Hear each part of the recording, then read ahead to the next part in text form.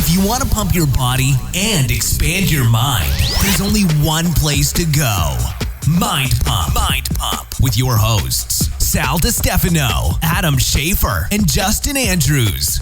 In this extra awesome episode of Mind Pump. Extra. So the back half of this episode, we talk about fitness and personal training, and the first 46 minutes is our introductory current events, talking about our lives conversation. Here's what we talked about in the first 46 minutes. We started out by talking about video games. Yeah. We love video games, but what about their impact on kids, and do they cause more anxiety? Do we need to start regulating how much video games we play? We talked about making being a dad cool again.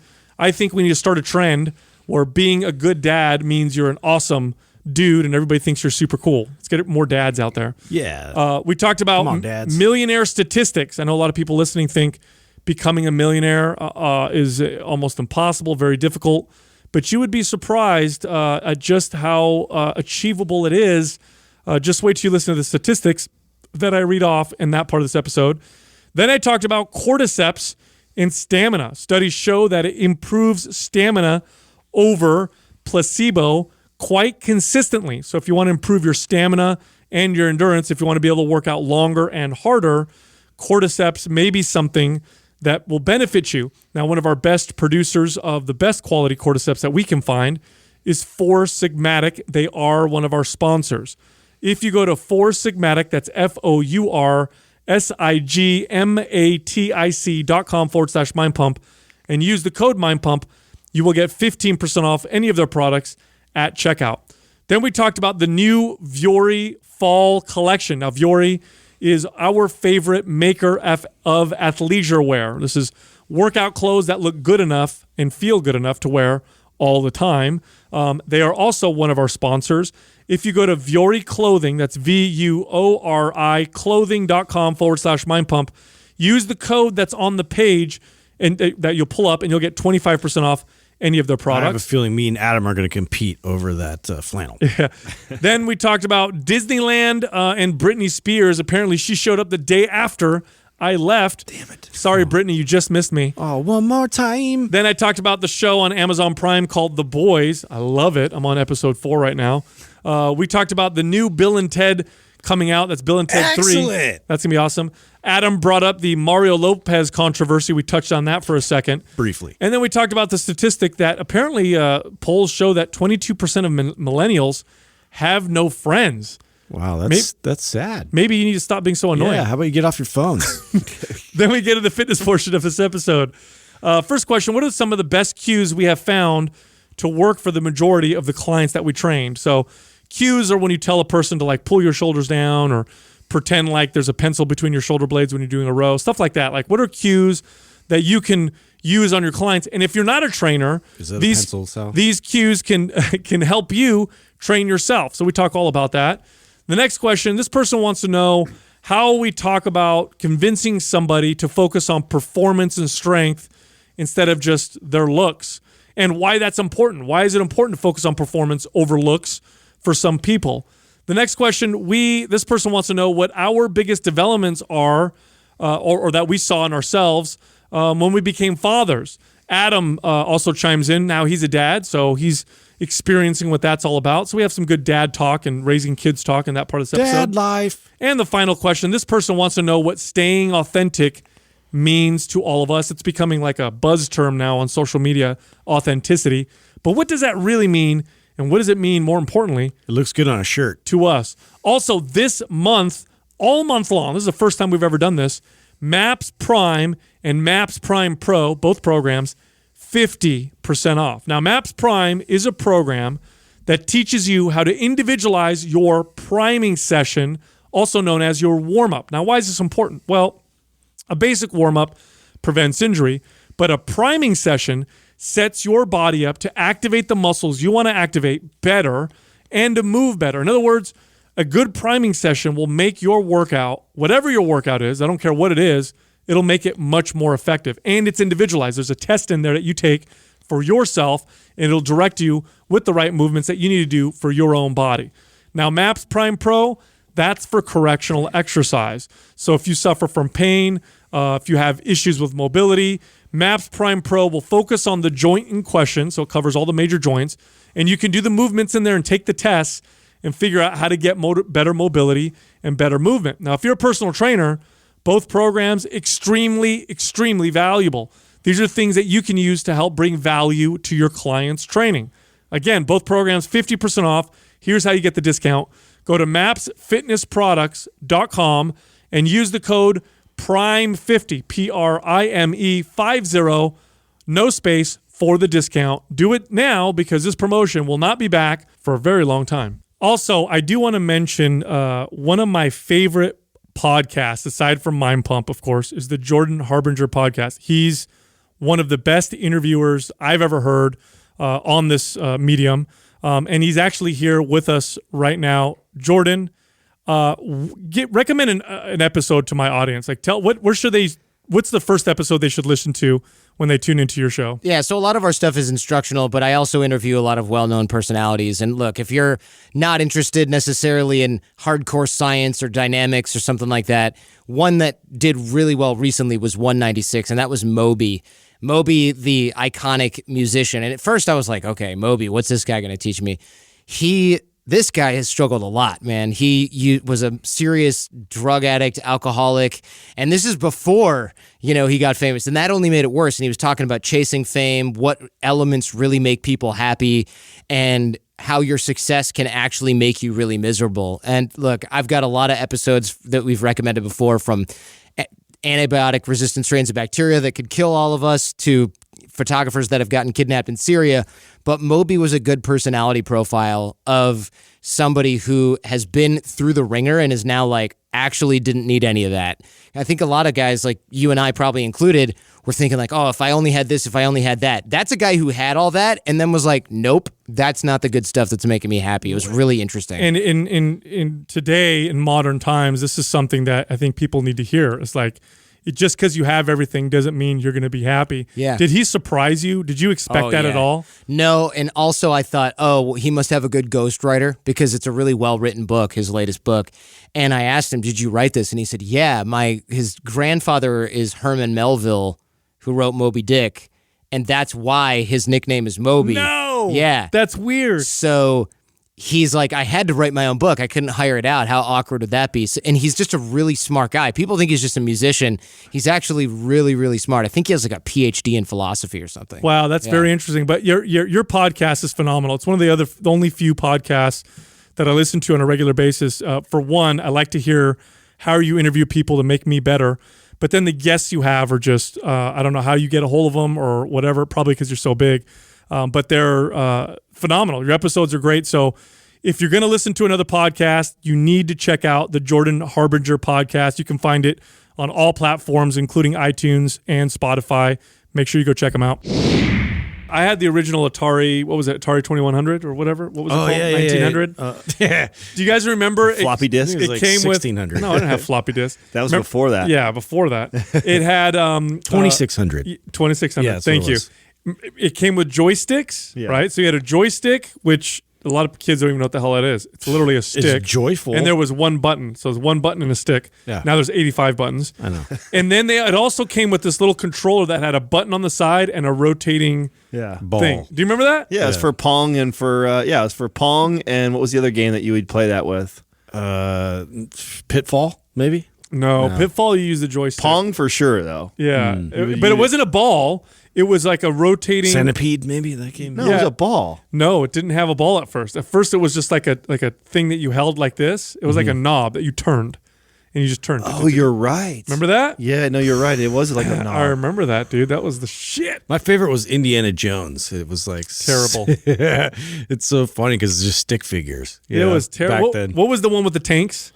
Oh, yeah. That was another good one. That was a What great that? game. I think it was just called Tanks. Yeah, pretty sure. You're like, I'm in. I'll buy this. Pong. Yeah, that's all you needed was one theme. Yeah. Keep it simple. And you'd have to fight other tanks, but really all it was if you looked at the screen, it was like a shape. No, it was two. It was two tanks. And It was You would bounce the bullet off Yes, the walls. yes. Yeah, and you try and kill the other one. That was a good game, dude. Yeah. That was a good. You know what's funny It was now? fun, yeah. I try to play. So Jessica's niece and nephew came to visit, and they're all into video games like all kids are now. And my son, of course. Oh yeah, there it is. 1974 Atari Tank arcade game. Thanks, Doug, for bringing that back. Right. This is older than I am then. This is 1970. So this game came out way before I was born. Yeah. Wow. Yeah, it's got all these objects in between. You bounce. Yeah. So anyway, I remember. So he comes over to stay at our house, her nephew, and he brings his Xbox 360 or whatever. And so my son and him are playing. God, what's that game all the kids are playing now? Damn it! Where they do the funny dance moves and they learn it from the game. Right. You know what I'm talking Why about? do I not know that? No, it's Fortnite. Fortnite. Thank you. Yeah. So they're playing Fortnite, and so I'm like, let me stupid try, dances. right? And I'm not a bad gamer, totally. I played video games too. I just stopped by the time I was like 19. I just didn't play anymore. I was working and cared about other things. So So, Nintendo. bro, That's as far as you made it. yeah, but there's like 85 different buttons, and then the combinations of the buttons are. I'm like, how do you even remember? You have to do this from birth. Because I'm trying to do it, and he's like, oh, you're pushing down on this one. Oh, do this one in combination with that one. Yeah. Turn this way when you push that, otherwise it doesn't work.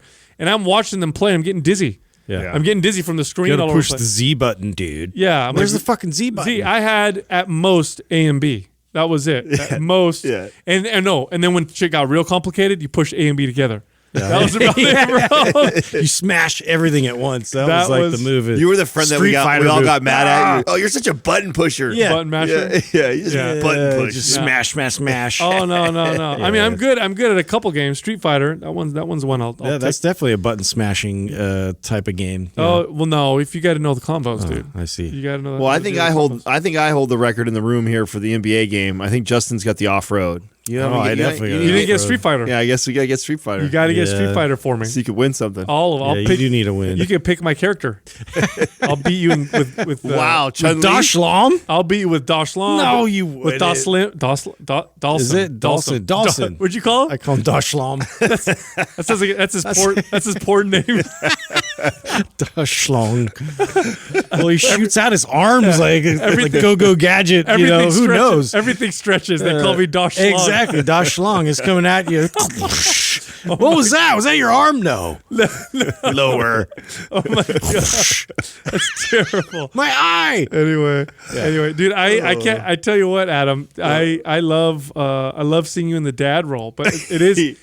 Fuck you. It's no. It's beautiful. I already know what you're doing, dude. No, it's not, dude. I'm not setting you up for a joke. It is a little funny though. That you come in and you're so tired, and you're like, oh, this is getting kind of hard. Like, you just To start paying people off here.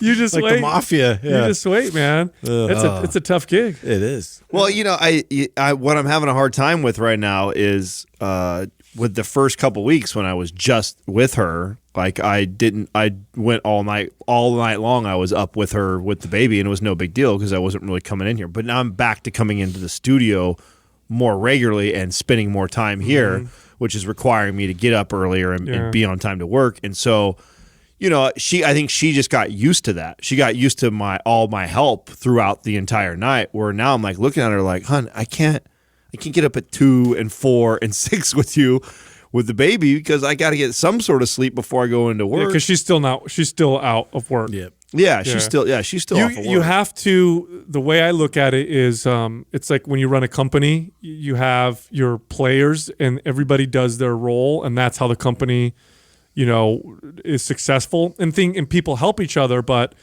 you have to. Because what's hard about kids isn't the kids part is hard, but what makes it really hard is life. Because then you still have to go to work. Yeah. Then they have school, they have activities, you have other family stuff. You want to spend time with your partner, you want to spend time with your friends. That's what makes it really hard, man. Well, I think that the greatest challenge right now is of being a dad, or what I'm going through right now, is just that he feeds every hour and a half to 2 hours. I mean, that's crazy. That's how you used to eat when you were competing. yeah. Well, every hour and a half to 2 hours, he is eating, and that doesn't stop through the night. It's not like he eats every hour to 2 hours through the day and then he sleeps all night. Now, for do you wake him up at night to feed, or does he wake up? Oh, he wakes up to cry like clockwork. Oh yeah, like clockwork. Every once in a while he'll give us a 3 hour or a 2.5 hour to 3 hour nap. but then he's really hungry, and you could tell. Like that's when he wakes up. He'll wake up crying if it goes to 3 hours. Otherwise, he wakes up kind of nice around 2 hours, and you can kind of see him moving around. And then if she gets him right on the boob, then he's good, and then he goes right back to sleep again. Yeah.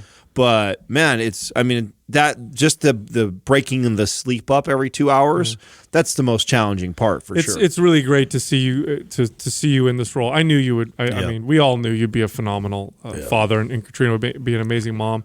You know, I did that post on my Instagram where I posted a picture of me with walking with my kids or whatever, and I got all these great responses, and I realized that. It's funny. Dads don't have to do a lot to get a lot of accolades. I think we're just not expected to do a lot. You know what I mean? Like it wasn't that long ago where if dad showed up to a couple of your ball games and went to work and came home at night, he was considered like an awesome dad. Super dad. Yeah. And I think what's important, what we need to do is start making being a dad like a very cool masculine thing. Like it's the best thing you can do. In my opinion, one of the best things you could do as a man is being a great father.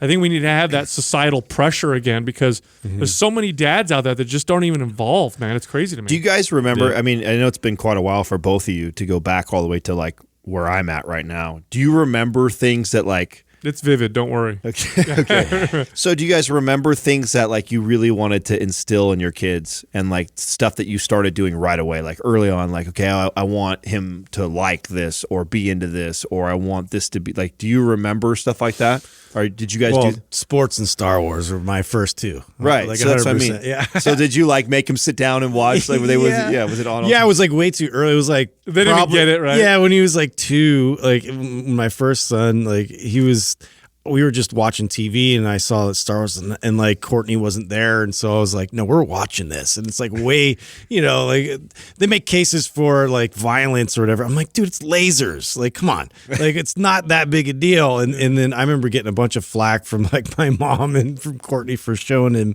too young. But dude, it worked. Like he was super into it and super into Legos. Like that was another one, Legos and Star Wars for me, because that was like half my childhood growing up. Like I loved that, those two franchises. Yeah. No, my son was super into Thomas the Train. You guys know Thomas the Train? Yeah. Okay, so he was super into that, and so every day I was just so excited, to be a father. Every day I would come home with almost every day with a new train. I went a little overboard. He had like 200 something. I mean, basically all the characters. But he was so good at knowing their names and discerning them, and he would play with them all day, that I thought it was a good thing. There were these 2 trains that were identical twins, and if you look underneath the train, this is before he could read, so he's like, this is like right after he started talking, so he's like 2.5. Underneath the train is the name of the train. But these 2 trains looked identical. And I'd tell him, I'd say, hey, I'd tell my son, I'd say, hey, go get me, I don't remember the name of it, so I'll make one up. Percy. Go get me Percy or Sam or whatever. Yeah. And he'd come back and he'd get it, and I'd look at the bottom, and it was the right one. Then I'd mix them up, and I'd say, okay, which one is Sam? And he'd pick the right one. And it took me a year and a half to figure out how he was doing it. I thought it was so weird. I was like, how does he know? I was looking to see if there was like a scratch on one of them or something. They were exactly the same. And then finally, at the time, my wife pointed it out. She goes, I think I figured it out. If you look closely at their faces, one of them, the eyebrows are straight across, and the one, they're slightly tilted up. That's how he knew. Wow. He's like 2.5, dude. And he knew which one was which, dude. It was so crazy. That's the thing. Yeah, images and pattern recognition and all that. So it's huge. That's why I thought my oldest, like, he could read like at a really young, but he wasn't reading. He was just seeing images and was like, milk. You would like drive by and it just said milk and it had like one picture of a guy my drinking son milk. Read already. I'm like, oh my, you're so brilliant. So I got a genius. Like stuff like that was happening all over the place. There was this book that we used to read my daughter that she memorized. So one day she started reading it to me, and I'm like, "Is my daughter reading?" Like, oh my god, she's a genius! And then I was like I flipped the pages, and I just point to a word. I'm like, what's that say? And she like say all the words. I'm like, oh. So speaking of reading, this is a market that I didn't even know existed in children's books, because I've got a ton of them now. Right, that's been some of my favorite gifts I've received, are all these different books. Shauna from Organifi sent over a book that just I died laughing. I didn't know this, and I don't know if this was around when you guys were buying books for your kids. is there's a market for totally obscene fucking books for children. What do you mean? Like Are they for children or are they funny, like pretending to be for children? well, yeah, right. Oh, okay. That's what I'm saying. Like I got a book that says like go it's the like fuck to sleep. ironic. Oh, And like yeah. every page is like it's like real like a cute rhyme, and then it's go the fuck I've to seen sleep. that, Go yes. the fuck to sleep, and then they go cute little rhyme. Go the fuck to sleep. Like that's the whole book. Shauna sent me That's one hilarious. that was don't be a cock block. And so the whole thing is, again, it's real cute, you know, the whole story. And then at the end, it's like, you know, don't be a cock block. Dad's That's trying to. funny. I feel like I read something like, well, when they're like infants, right? Because they don't get it yet. Right. You know? So it's like you read something like that and it's just funny for the parents to kind of chuckle over. Yes, it. I didn't even know I that. get it, I didn't yeah. even know that was a thing. That's hilarious. Yeah, I've got like 3 or 4. But those are the 2 I remember off the top of my head. But I got like 3 or 4 people, I guess, because I swear, and so people know that, so they probably thought it would be funny, and it is funny. I think it's great. But I'm like, I can't read this to him. Yeah, that's funny. That reminds me, you're mentioning like things that you're trying to influence. Like music was another big one. So they have like those rockabye baby thing, like these different like albums that they turn into like wind chimes and like, you know, like white noise from your favorite bands. So there was like Metallica, AC/DC. There was like something else that I got, but I had like an AC/DC. He loved not Hell's Bells, but it was Thunderstruck. Oh, yeah. And so it was just like he would start. He was like 1 year old and just like and he'd like walk downstairs humming it. I thought it was the funniest shit Oh, ever. that's hilarious. Yeah, I find myself, dude. That's what. So the 2 things I notice right now, because obviously it does not matter. He can't even fucking see past 12 inches at this age, right? So but I still got like basketball is always on the TV. Like I'm playing sports You're on the TV. trying all to the time. brainwash Yes, Oh yeah, dude. for sure I Oh, am. it makes a difference, I know. bro. I'm for sure trying to Bro, brainwash you him. might do the opposite. Like he might rebel. Maybe. You know what I mean? No, you back off of it, like you know, later. But right now, dude, Yeah, cram them with it. That's Yeah, what, that's what I'm doing. my right? strategy. I even rotate the music. So he's already got like plenty of rock, hip hop, pop, like country. Like I want him to be diverse in his music and have rhythm. So like I like making him listen to all this different music and shit. Well, I think the biggest thing, if you look at the studies on raising kids, the most important thing is spending quality time with them. And so when you look at studies where parents, like kids who read a lot or kids who listen to a lot of music, and really what it narrows down is the fact that the parent is spending the time with the kid. So a lot of it is just the fact that you're taking the time to do this and you're doing it with him. Right. That's what makes like the biggest difference. You Well, know? yeah, there's I didn't realize how many different camps there were in, like the sleep method and how it when he cries, what you should or shouldn't do, and it's pretty interesting to me. And people can be really like, this is the way. Well, think about it. They sell books, so they're going to want you to be, they want to be just divisive on some level. It's like, this is the method that you have to use, and it's Right. like, yeah, they're going to be real like protective of I that think method. a lot of it too has to. There's a lot of it that's kind of instinctual. I think. I mean, Totally. I go back to that talk that I heard a while ago where they were covering statistics of good outcomes for kids, and the best outcomes were the high discipline, high love households. Mm-hmm. So these were households that had a lot of structure, and there were rules, clear rules that things that you don't do. But there was also a lot of love, Mm-hmm. where there's lots of affection. The kids know that they're loved. You combine those two, and that's where you get the Yeah, and you're best paying outcome. attention to what they're doing. Yeah, and that's pretty much That's it. pretty much the basis of all these methods. I've already seen things that have paid off even from work that we did in the third trimester. So, I think the third trimester is when he can really start to hear, right? He can hear everything that's happening outside. And I was reading to him. So I was reading and talking to him while he was in Katrina's belly. And now, like when he starts to cry, if I pick him up and I like talk to him like in vibration through his stomach, like he just completely settles down. And it's like, dude, that's because you got to think it's got to be muffled if he's inside of her womb. Like you got to think it's going to be, it's not going to be clear like me talking to him. So that kind of muffling humming sound of my voice completely soothes him. And I have to think that has something to do with the time and effort that I put into. Maybe, right? It has to be. Right. I just feel, how would he know that right away, just to be soothed by my sound and my voice? And I feel like it's unique to me because I don't think that Katrina has the same ability with him. When I see her try and settle him down, it's not the same as when I soothe him and settle him down with talking to him and his voice. So yeah, there's things like that I'm already picking up and noticing that, like, that was something that I remember reading somewhere that you should do during the time. And now I see it paying off with him getting to these times where he's getting fussy and I can go over and I can just kind of talk to him and it completely settles him down. That's cool. That's cool. Dude, I to change subjects, I was reading some statistics on millionaires yesterday that blew me away. Okay. Really, really blew me the fuck away. So the first one, and this one you might have heard before. This one wasn't super mind-blowing, but I think it's a pretty cool one to illustrate, or at least to talk about, is that 80% of the current millionaires in America today, so the vast majority of them, 8 out of 10, are first-time millionaires. So that runs counter, So that runs counter to the idea that old money millionaires are millionaires, because mom and dad gave them a lot of money, or because they inherited a lot of money, or because this is worldwide, or this is just this is statistics for America. America. So we're in America. I would have never guessed that. Neither would have I. Totally. But not most 80%. 80%. Most millionaires are first-time millionaires. Most badass. are self-made, and that's good news. That's very good news for people who are trying to become successful. It's good to know that most millionaires are first-timers. They didn't inherit it. No. Here's some more good news. This one's a very cool one. There are more. So for people listening right now, because this is a fitness podcast, this is going to blow your mind, especially our minds.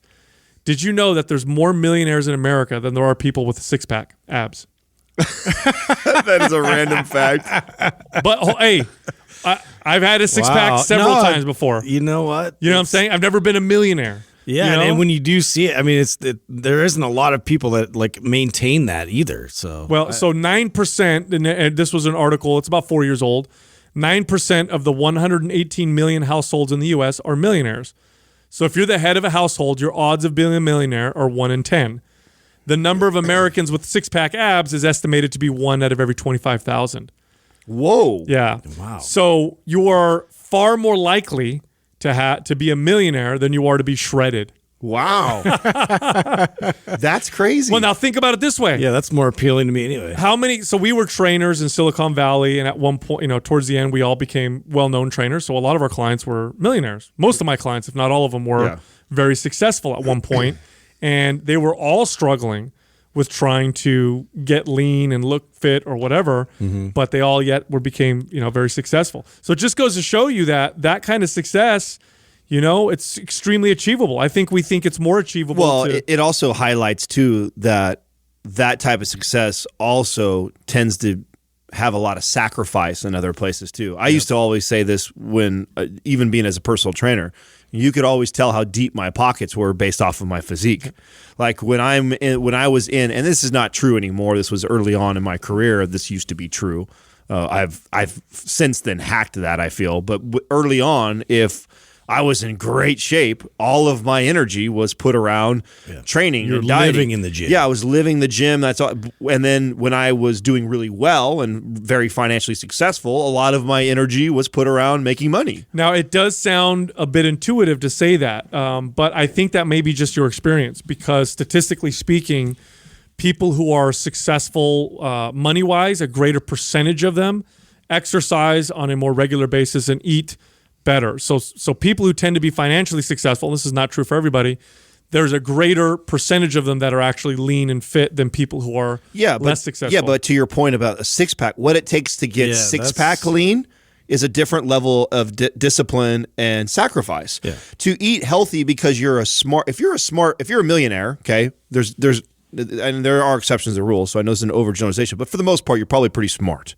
Right? If you're a millionaire, if you made millions of dollars, you're pretty smart, which you're probably savvy and smart enough to know that taking care of your body and health and making good food choices and exercise will benefit your success.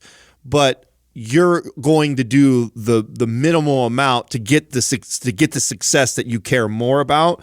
You're not going to go to the point where you're going to make sacrifices business-wise so you can be ripped and shredded. So I still think that highlights that. I don't know. It's interesting because I know what the statistics are on fitness, and successful people tend to be much more consistent with fitness and good nutrition. Now, I don't know about the extremes, right? We're talking about millionaires.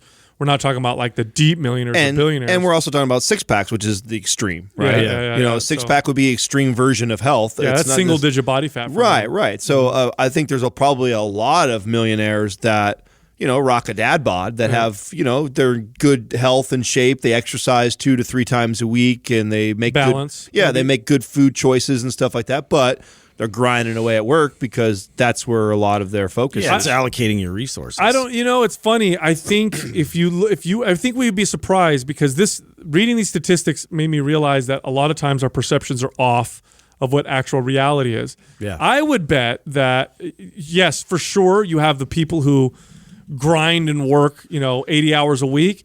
But I bet you that there's a decent percentage of millionaires who are millionaires, not necessarily because they work tons and tons of hours, but because, yes, they do work hard. They're also smart with how they work, and they know what to do with their money. Because a lot of times, what's that book, Rich Dad, Poor Dad? I have family members like this. I have family members who just grind and bust their ass, and I have other family members who work hard, but then they didn't buy the expensive car. They saved their money. They invested it. 15 years later, on paper, because of their investments and because they were smart, they became millionaires. And I bet you the vast majority of millionaires in America, if you see that there's 1 out of every 10 households could be a millionaire or millionaires, that's what the statistics say. 1 out of 10, there's that many millionaires? But I think they're talking about total wealth. I don't think they're talking about $1 million a year in salary. Like they're counting all the assets. You're counting a house. Yeah. I mean, fuck, if you own a house in fucking San Jose, sure, but still, millionaires. if you count all that value, you are a millionaire. We're thinking you make $1 million a year. That's got to be a completely different statistic. Oh yeah, okay, that's what I'm assuming you're saying right now. No, that's got to be something totally different. I mean, making $1 million in salary a year, that's a whole nother category. Okay. Yeah. So I'm totally confused here. I was under the impression that that's what you meant by that. That okay, if you're somebody who makes $1 million year over year, to have $1 million, not to say that's not impressive, but to have $1 million isn't as impressive if you did exactly what you said. If you've been the conservative person since you were 18 years old, totally plausible. Oh, for sure, yeah, totally, for sure. Definitely. Yeah, that's good news too for people who are trying to bust their ass and become independently successful or whatever. Not so good if they want abs though. If they want, it's an hard. Exclusive club, dude. Hey, dude, that's all it says to me. Like you got to really be all in all the time for a 6-pack. I remember I had a client like this who was super successful guy. He was in his, I want to say his 60s, and I used to ask him like, what, how did you become successful? What do I do? And he goes, Sal, he goes, just follow the formula. And he told me, work hard, invest your money, don't spend what you don't have, and that kind of stuff. And he says, and you'll be very successful. And I said, really? It's just like follow. And he goes, look, it's harder to get shredded than it is to become successful. I said, no way. And he goes, I'm here hiring you, and I'm the one who's got the, he goes, trust me, it's much more difficult because you still have to follow the steps, but your steps are every day, all the time. My steps, I'm a little bit more, I have a little bit more flexibility. I remember me and him had this huge debate about it, and I left totally not convinced. I'm like, nah, he doesn't know what he's talking about. Getting a 6-pack's way easier.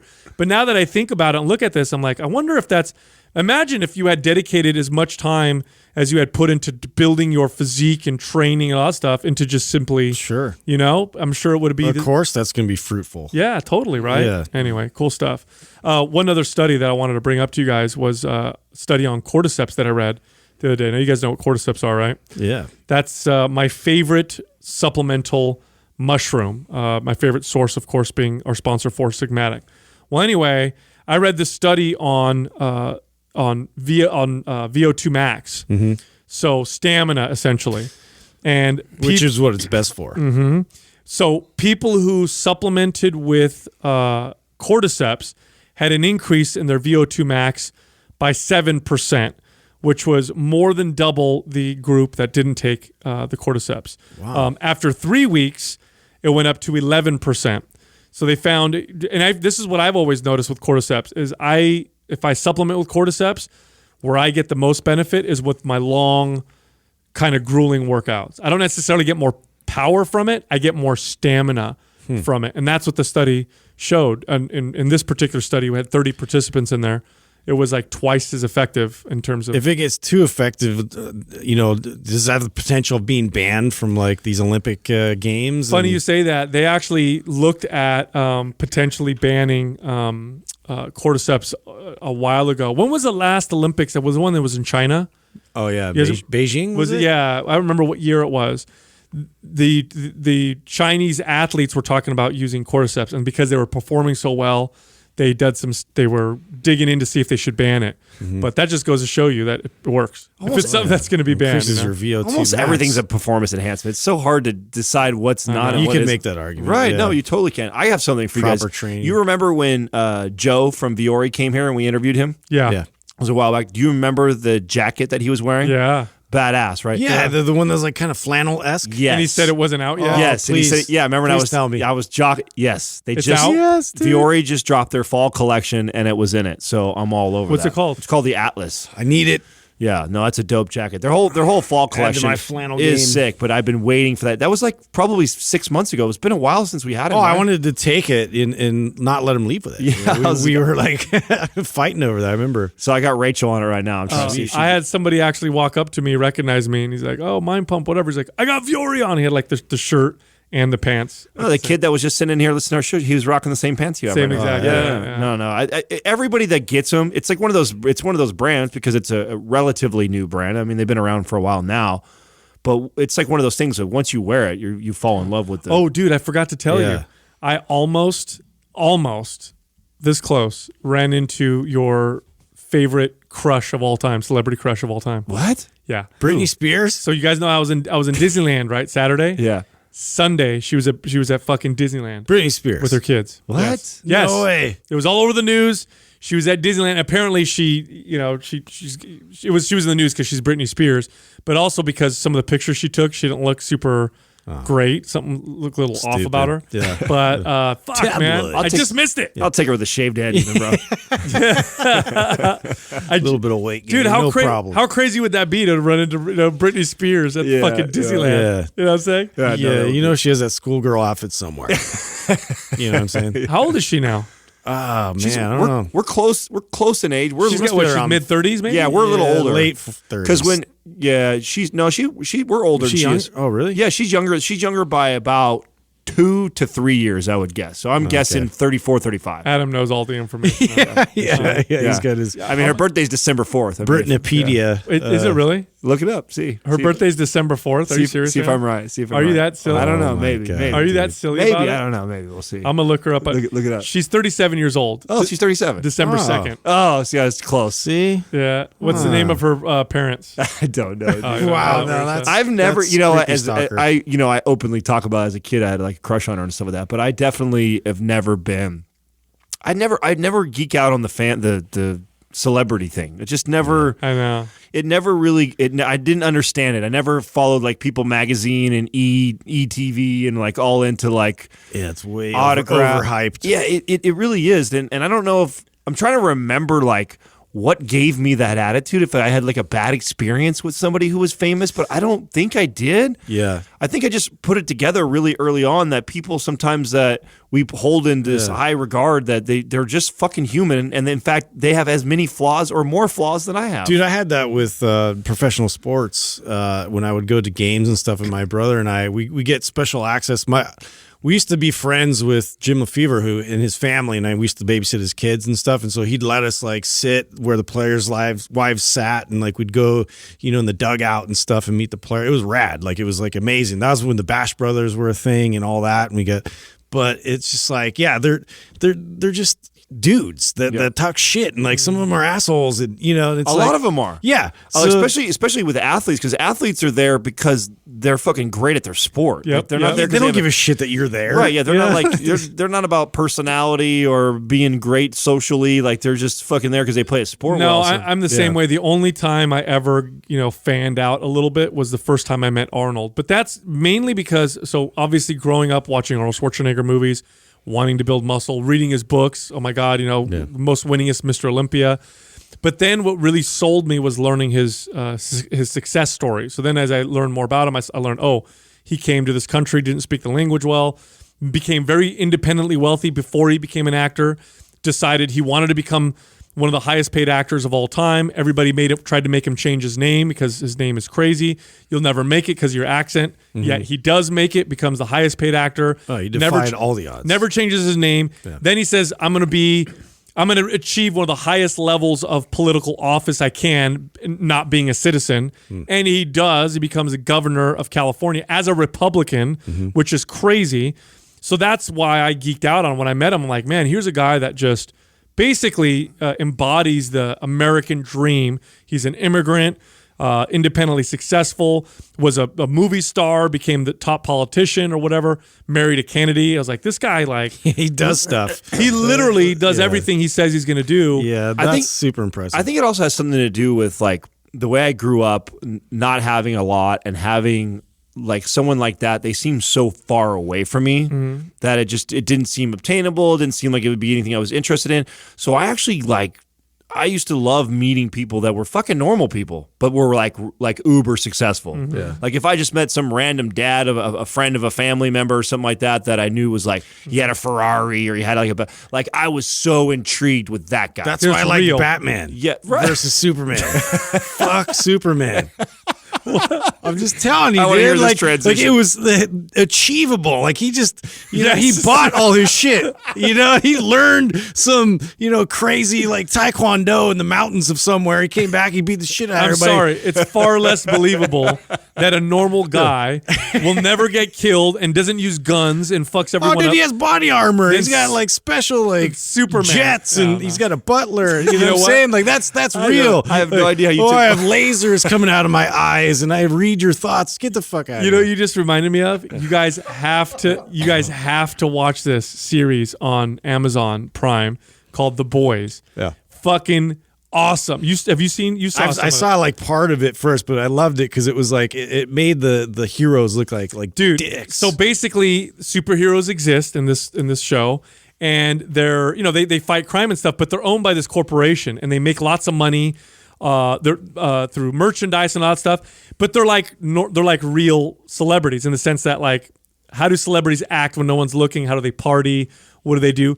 They're all like fucking real, sleazebags. But in the public eye, they're like, hey, I say. Yeah. So basically, I did this thing. The first episode, I'm going to give away the first episode, but it's fucking awesome. Sounds very Deadpool-esque. But it's really good and complex so far. I only seen two episodes. Like in the first episode, what happens is this one guy, he's outside, he's talking to his girlfriend. You can tell they're in love. I saw the scene. Whatever. And then all of a sudden, as he's talking to his girlfriend, she's like, do you want to move in with me? He's like, yeah. She fucking evaporates. Just blood splatters everywhere. She evaporates and just turns into blood and mush. And he's like, oh my. And then he's all just of a sudden, holding her hands. yeah, like the rest of her body. And he's like, just what exploded. the fuck happened? And then it's a superhero who was just running hella fast. And he's like, it's like the Flash. He's like, I'm sorry, man, I gotta go. Oh yeah, like a crackhead Flash, just like ran through her. Yeah, and then in the press and stuff, he's like, oh, I'm sorry, she walked out into the middle of the street. He's like, we were on the sidewalk. So you get to see like how they're painted. Oh, that's great. And, oh, bro, it's so fucking cool. I'll check it Yeah, out. I'm gonna get further into that. Oh, for it's sure. so good, Called, man. what's the name of it again? The Boys. The Boys. The Boys. All right. And then it has politicians in there and how the politicians get blackmailed by the superheroes. Like one guy like turns himself into a hot girl, is having sex with a politician, blindfolds him, turns himself into like this real overweight older man, takes a picture, so he's got blackmail. wow. It's really There's a. I'll look trailer for at it. I'll look Yeah, at it. that's pretty fun, dude. I'm looking forward though to the new Bill and Ted's. There's the third one. I brought this up a long time ago, but they're actually like filming right now in the process, and I guess Keanu Reeves is gonna have an entirely new look. Like he's gonna have like this crazy hairstyle. Like there's pictures of it already where it's like this weird like mohawk, like kind of like a mullet mohawk thing that he's rocking. I loved Bill and Ted when I was a kid. Do you know what the premise is going to be? Oh, they save the universe this time through a song. It's like the same thing, but you kind of have to though. It's Are they like, keeping a lot of the characters and all the people, the original people in it? I think so for the most part. I don't think the guy that was like sort of their oracle guy that would like take them around. I don't think he's alive anymore. Oh, shit. From what I remember. What was the name of the group? Wild Stallions? Wild Stallions. Yeah. Yeah. So they have to create now in their 50s or whatever, like some relevant song that's going to save the universe. And they're struggling for acceptable language has changed since the first Bill and Ted 2. They use a lot of slurs and stuff that I totally are unacceptable today. I completely forgot about that. Yeah, so That'll be interesting. And that was like they one of hug each other and then they break off. And yeah, they can't say that anymore. Was it one of you F-bombs. guys who brought up the Mario Lopez thing? Did you see that's going on? Who brought that up? Oh yeah, my I just saw. there was a lot of heat. What was it for? I saw though? Steven. It's because he didn't agree with people basically having their 3-year-olds change sexes. So, Oh, yeah. Because I thought He thought that was too young. he thought that was too young for them to decide that. Yeah, he made a statement on it. Then he retracted all of it because he got just lambasted. Because he wanted to save his job at E. Everybody came out of the woodwork to try and take him out. Well, that's the part of the market. Part of the market is you get backlash, and here's the way I look at Steven it. Crowder ripped him to pieces. Did for he? that. Yeah. Well, here's the way I look at it: is your best bet in today's age of fast media is to say what you think, be honest, and fucking stick to it. Yeah. Don't, because the second you That's what Crowder rips him to pieces because of that right there. Yeah, Because he's so- like, you lose all my respect when you do that. When you well, because you're already screwed. Right. Like if you say something unpopular, he's like double down on that shit. you're better off just fucking. I think Donald Trump's already proved that. Like just fucking double down on it. Yeah. You and then gotta that's own it. Yeah, you have to, right? That reminds me of a study that who was it that sent it? Was it Jackie that sent it to the group about millennials? Did you guys hear about the this? friends? Yeah, dude. So 30% of millennials actually say that they're lonely. Is it 30? 30% say they're lonely. That's a lot. And 22% of millennials say they had 0 friends. Really? Yes, 27% Dude, said they had no close friends. This is the beginning, bro. Wow. We're at the front end of Just this. disconnected. Well, so check this out. Baby boomers, 15% say they're lonely. Generation X, 20% say they're lonely. Millennials, 30%. Do you see a trend? It's fucking going and up. the dude. irony of that is that we are more connected than we ever have been to people. That's the crazy. It's just not real. Yes. Yeah. It's not the right phony. kind. No, Not the right kind Yeah, of it's not connection. in person, real connection. Well, of It's course. Look how they're altering and contouring their face and like changing. Like they're portraying like what they want people to see. It's not authentic. It's not a real thing to connect with. And that's- exactly. That's why I totally identify with Player One, like the way they portray the future. And I mean, you remember the two characters, and one of them is a big, huge, buff black guy, and then in person, it's like this. It's a chick. Yeah, it's a girl. It's like that's going to happen more often than not. And you're going to be people, and they're not even like you think you're connecting with someone, and then you realize like, oh, they're totally different than the person they portrayed in Instagram. And we're seeing you that. feel with like you're bamboozled. You feel like you've been hustled. Everybody does that. It's like, okay, the way I behave and act in front of people, if you hang out with me long enough, you're going to see, real pieces of me coming out. But when I'm writing something on social media, there's a buffer, and I have a time to think about what people are seeing and how I'm portraying myself. And so whether you like it or not, you portray a better, in your eyes, right, in your mind, a better version of yourself. How can anybody connect to the real you when that's not the total real you? You can't do it. Yeah. And it's also the human touch in contact, like just being with someone, I being don't know, dude. focused on someone. I come from the radical honesty place. I just feel it's so much more freeing. Otherwise, the amount of stress. Imagine the stress that would cause to always be putting yourself in that light like that and feeling like you have to live up to that. Like, no wonder you feel lonely because you are probably scared to death to meet anybody or You be get around. depressed because you can't really be yourself. Yeah, they're like, oh my God, they're going to see me and they're going to realize I don't have the Facetune app or all those clothes that I bought or fake clothes that weren't even really on me. Like, I mean, that's crazy. The stress of that is just not worth the attention and likes that you might get in the artificial fake Yeah, world. well, we'll see how long it takes before if there's a little bit of a rebound or a backlash where people start to like, because this whole unplug movement that we've talked about. I mean, maybe that'll grow.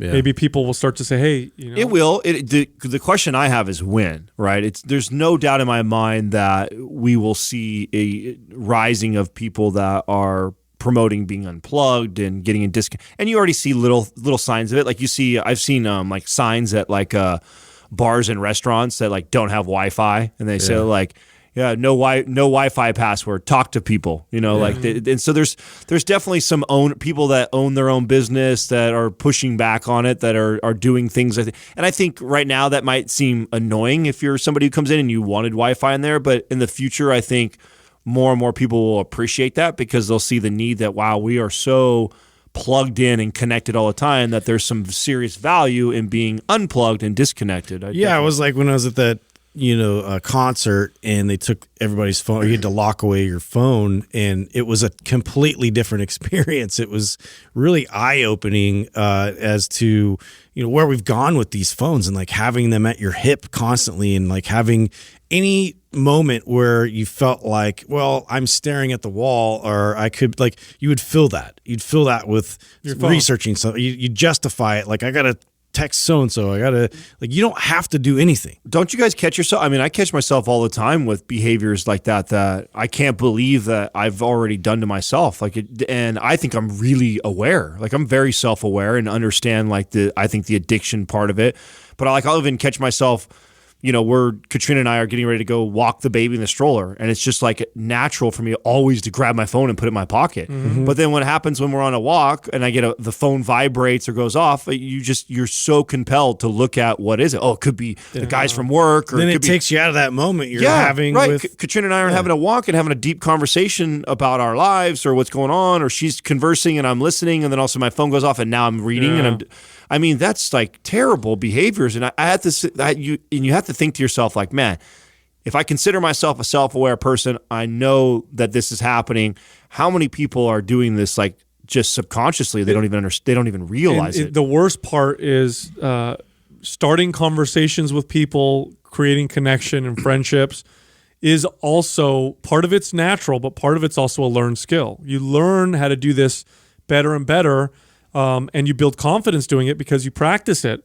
Well, kids growing up who don't do it, who end up talking to each other through a screen, they end up losing that skill. So then you get them together and you're 100%. like, hey, hang out together. They don't know the fuck to do. Yeah, what do we do? I think it's mostly a learned skill. I don't think it's natural at all. I think it's something that we do learn. Yeah. I mean, when I get asked a lot when we do these single interviews, and people always ask where the radical honesty or me being outgoing or confident, like, where does that all come from? And it was a learned behavior because I moved around so much as a kid, and I was always in a new circle of friends or a new neighbor. And it's like, when you're a kid and you just want to play and have fun, like, you don't know any better. Like, I would have to go outside and go knock at the next door neighbor's house and say, hey, do you want to come play with me? Like, let's go throw rocks. Right. Or else I was sitting in my room by myself. And like, as a kid, like, it was almost like I didn't know better. And so it was just a learned behavior. And then, of course, the very first time I had to walk over and do that, I was nervous and scared. And, what if he says no, he doesn't want to play with me? But you do that enough times,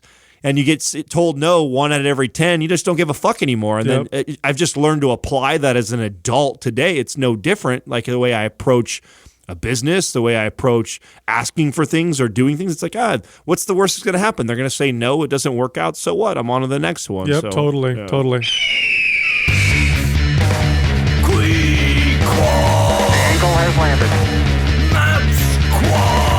Quad is brought to you by MAPS Anabolic. If you're looking to maximize your overall muscle and strength, MAPS Anabolic is the perfect place to start. With a full 30-day money-back guarantee, there is absolutely zero risk. So what are you waiting for? Go to mindpumpmedia.com and get started today. It's the motherfucking Quad. Eagle has landed. First question is from Stoodley3. What have been some of the best cues you have found to work for the majority of your clients? Boy, this is something.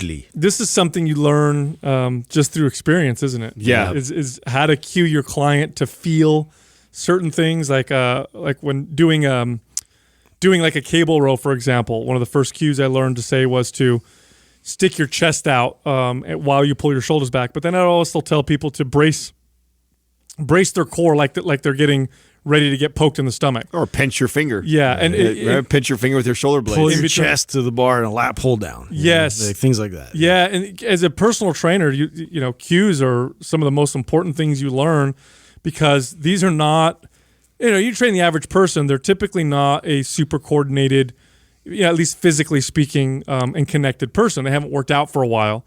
So when you tell someone, bring your elbows back or drop your shoulders, or there's no connection. They just don't get it. So you have to come up with these types of cues. Bracing your core is a great one. Now, bracing your core, a lot of people are like, what does that mean?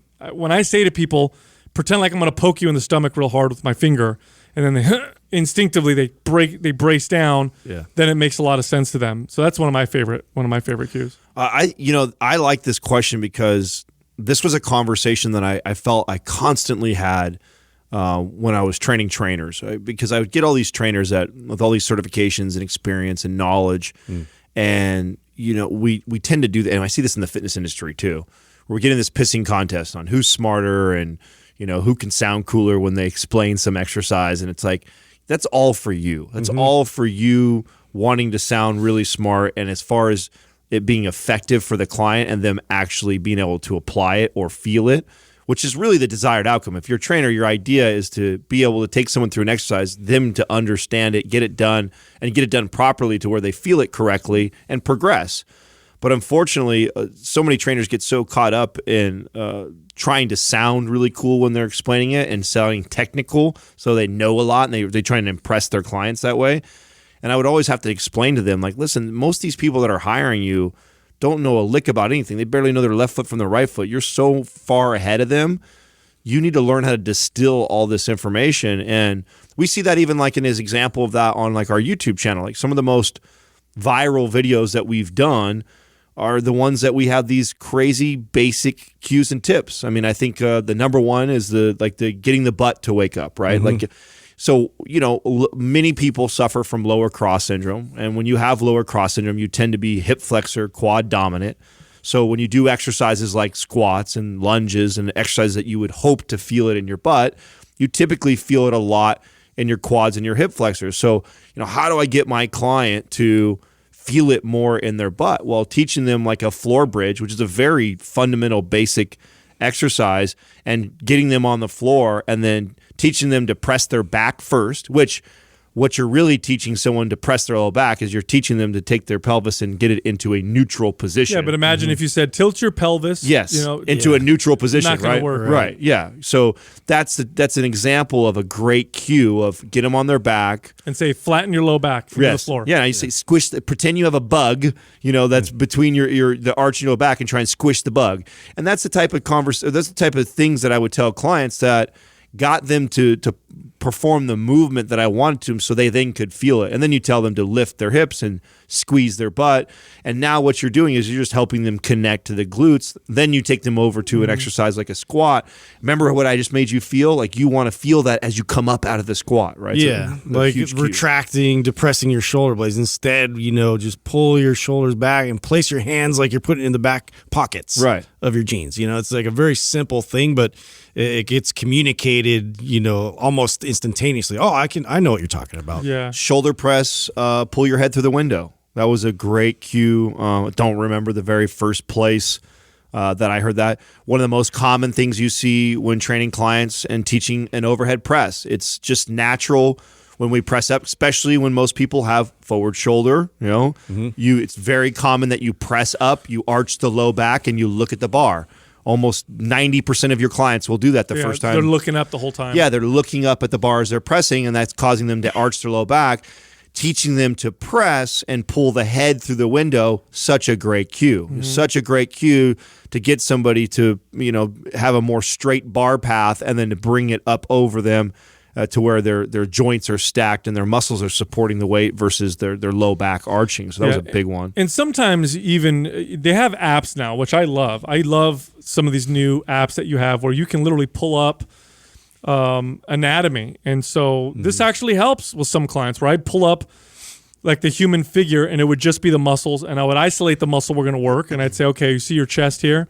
Here's where it attaches on both ends. You show them how it functions. Yeah, we want to separate those attachments as far as possible. That's the stretch, bring them together, that's the squeeze. So now when you're doing a fly, it helps them understand to not rotate their arm one way or another and keep that line of tension, because now I'm showing them a picture. It's all visual stuff. And now why is this important? Well, these people they're not connected to their body in ways that allows them to exercise effectively. Here's another good one. Like sometimes when you teach someone how to do a squat, their hips go forward and they end up coming up on their toes. They don't know how to sit back in a squat.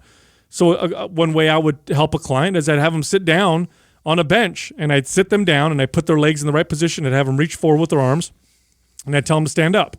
And then I'd tell them to sit back down in the exact same position that they were sitting in originally.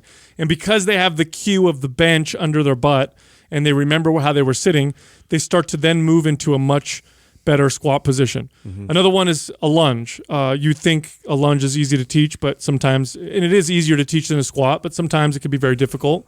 So what I would do with a lunge is I would get some thick pads, I'd put them on the ground, and I'd have the person kneel on it with one knee. So I'd get them in the finished position of the lunge. One knee on the pad, 1 foot up, your toes are tucked under your back leg, and you're just kneeling, and then I'd have them hold onto a bar or a stick or my hands, and I'd say, now stand up, but don't move your feet. Just stand up so that your feet don't come together. And then they just stand up, and I go, now kneel back down on the pad, and then they kneel back down. Right. And then we do it again. Push-ups, another great one. I'd have people oftentimes bring their body all the way down to the floor, lay down on the floor, brace their core, and then press themselves back up, pausing in between the rep to give them that plank position that you want when you're doing your push-up. Yeah, more vertical drive. I'm always stressing that, especially with step-ups or even squats or lunges, and just like trying to maintain that upright supported position. So it's supported, it's upright, but it's supported, meaning you are bracing. You're bracing that core. You're able to withstand, forces. So I'm just trying to make sure like they know like the goal is to get up, as vertical as possible in a lot of these lifts. Yeah, I've said this so many times on the podcast, and in fact, this is what I teach and train when I go around talking to trainers. The most important skill you have as a trainer is how you communicate the information that you have in your head. It's not the amount of information that you have in your head. That doesn't mean shit to the client. What you know means nothing unless they can understand and really understand and implement it. So if you think about it that way, now think about the average client. The average client coming to you is not looking to be a fitness competitor or a bodybuilder or a high-level athlete. The average person simply wants to be healthy, improve their body composition, and just live a balanced, healthy life. Now think about that. How much information, real information, do you need to fully understand and implement to accomplish that? Not a whole lot. I mean, you're not talking about advanced training type of stuff. So, but they don't fully understand it and they don't know how to implement it. So how you communicate these things is absolutely imperative. And getting a client to move through good form and technique and to understand why they're doing what they're doing is extremely important. You can't just train someone. Well, and another good example is that is another viral video that you did on our YouTube channel, which is the plank video. I loved when we did that video because it stirred up so much shit on the proper way to do a plank. And one of the things that I know that we take into consideration when we're teaching something like that is getting the desired outcome. The desired outcome for a client is to get them to engage their core and hold themselves in that position and not allow their traps and their low back to carry over the load. Now, what we know from that, and knowing that when we've trained tons and tons of people, what they tend to do is they kick right out, the hips kick right out, and they stress the low back, and then their shoulders and their low back is what's really holding them in the plank position. And simply by cueing them to rotate the pelvis just a little bit, squeeze the glutes, and keep it active the entire time, now takes that exercise that so many people do wrong and make it really beneficial for you by teaching that. So there's your focal point. Right. It's very simple. Yeah. It's like if you can direct them to that one specific thing to, keep as an anchor, you're doing well. I remember one of the first cues I learned working out as a kid that really blew me away. I remember, I started working out at 14 and I would do all the exercises in the bodybuilding magazines, and I really wanted to develop my shoulders. I was really skinny and I'm not naturally wide on top of it. So I was skinny and narrow, and I was like, I want to build some delts. And one of the exercises that I would always read about to give you more shoulder width for bodybuilding was a side lateral. That's where you stand up and you bring the dumbbells out to your sides with your arms slightly bent but fixed. And I remember reading an article where Arnold Schwarzenegger said, imagine like you're pouring water out of a glass as you're lifting the dumbbell. And it was a game changer for me because it helped me focus on rotating my arm just enough to keep the focus on the side deltoid, because the tendency is to want to rotate externally, to have my hand come up over the top rather than having my elbow up a little higher. So once I did that and I imagined pouring water out of a glass, I was like, oh crap, I feel it. And that was my first exposure to the power of cues and how cues can make all the difference in the world. No, talking about the shoulders, another great one, and we did a video. If you're listening to this and you're interested in like really good cues for exercise, I mean, this is how we use the YouTube channel. I mean, this is a lot of the exercises on there are simple, basic exercises that people have probably seen before, but we've got a lot of our coaching cues that are in there.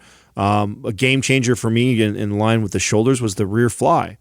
I mean, for years, I did a reverse fly incorrectly. And by what I mean by incorrectly is I was allowing bigger muscles in my back to take over the movement. And it's tough to not do that if you're not cued properly. And so when you sit in a machine and you do the pec deck and you do it reverse fly, or you bend over with dumbbells and you do a reverse fly, it's really natural for you to pull back the shoulder blades and squeeze the rhomboids together, and the back, because they're bigger, more dominant muscles, takes over, and the rear delt doesn't get that much activity in it simply by staying in a rounded position and cueing to fly out instead of flying back. Man, that's such a game changer. And I remember learning that and teaching that to their clients that are trying to develop their rear delt, and it's hard to isolate it's impossible to isolate a muscle. It's even more difficult to isolate a part of a muscle. And, trying to just do the rear delts and not let the rest of the back take over was really challenging. So the cue to fly out and staying in a protracted position versus the natural tendency is to retract and to fly back. Next question is from Wade Nguyen Performance. What would the conversation look like for you guys if you were trying to convince a female client with a decent amount of training experience to focus on building strength through the squat, deadlift, and bench press, with the side effect of improving aesthetics rather than focusing way too much on looks? So this was a conversation that I would have relatively often with female clients. And it doesn't have to be somebody that was really experienced. Oftentimes, clients come in and they have no performance goals. They only want to change how they look. And they could care less about how strong they are, how well they perform.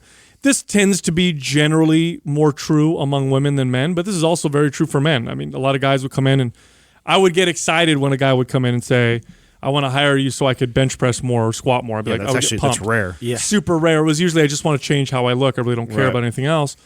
And so the conversation for me would be kind of like this. Like, if we just focus on performance and when it comes to nutrition, on good health. So we focus on eating healthy for good health and training for performance. You're going to get a great deal of performance and health. And as a side effect, you're going to get amazing aesthetics. Somebody who can perform well and eats appropriately, they look good. Healthy looks good.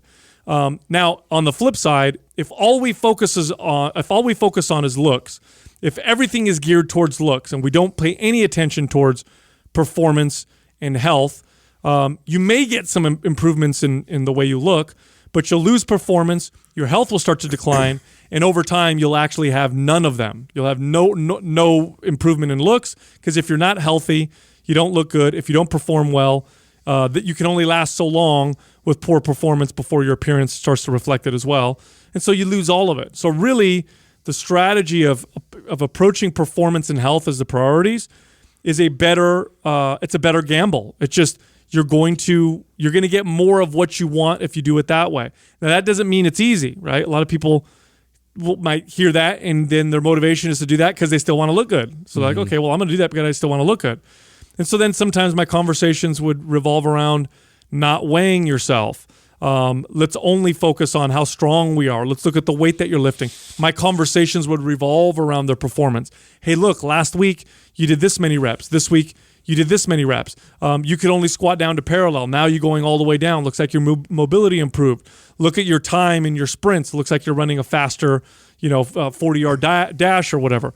And oftentimes me talking about it as a trainer, what you'll find is clients oftentimes want to impress their trainer. And so when you start talking about them, those start to become the things that they start to focus on, and they just get better results. Here's the other thing too, especially with female clients. Focusing too much on aesthetics tends to lead them towards the calorie restriction, calorie burning model, which in the short term, yeah, you could definitely burn a lot of body fat that way. But in the long term, causes metabolic adaptations that are just not favorable long term. You end up with a slow metabolism or slower metabolism, and you're in a situation that's difficult to maintain. It's difficult to maintain, an hour and a half of activity every single day and 1,500 calories, intake every single day. Like, how do you maintain that for longer than 6 months or a year or 2 years or 3 years? Very, very difficult. So I'll also tell them that and say, look, here's a deal. You can get to where you want to go doing things this way, but to stay there is going to be really hard, if not impossible. And unless you only want to look good for a few months, then I think we should follow my advice, which is the long-term approach. Well, this is definitely super common in this conversation. I feel like I've had a million times. And I agree with what you're saying right now, but I also recognize too how difficult it is to change someone's mindset like this, and that typically takes time with me as a trainer. Like, I've got to have you for months on months and months, and built that trust before I can start to convince you to think differently. And sometimes this is really tough when you first get a client, because I remember also being this guy. Like, I was all show, no go. So you trying to tell me that I should do this for health reasons, I don't give a shit. Like, I just want to look really fucking good. I don't care anything else. That's my main focus. And someone else trying to convince me otherwise would have a hell of a time. So I know if I was that way, probably a lot of clients are the same way.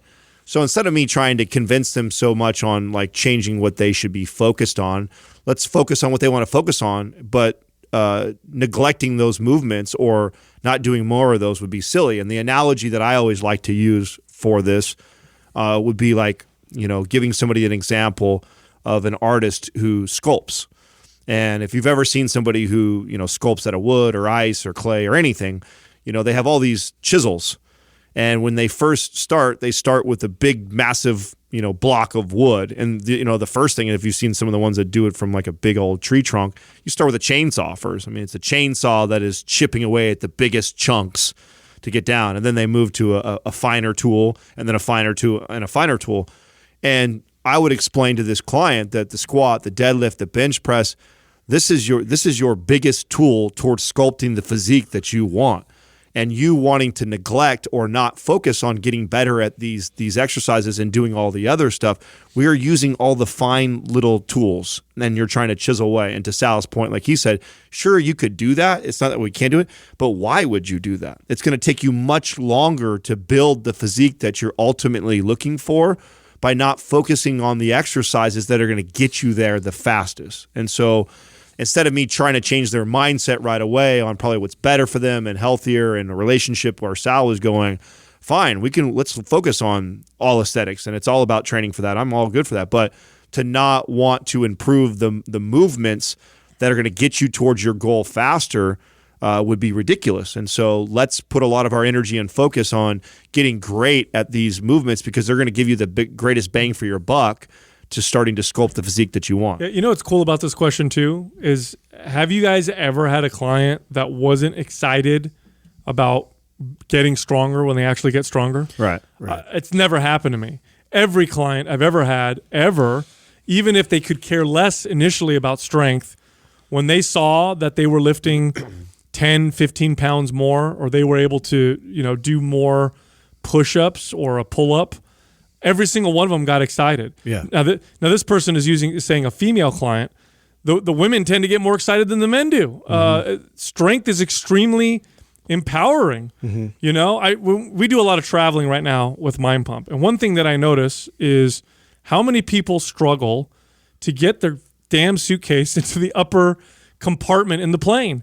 And I see men struggling sometimes to take them down and put them up, but oftentimes I see women who are struggling, and you can see that they're struggling, and then someone else steps in to help them out. So for women to improve their strength, very, very empowering. And I've been told this time and time again by women. Well, they'll come to me and say, look, we've been training for a year. I didn't really care about getting really strong.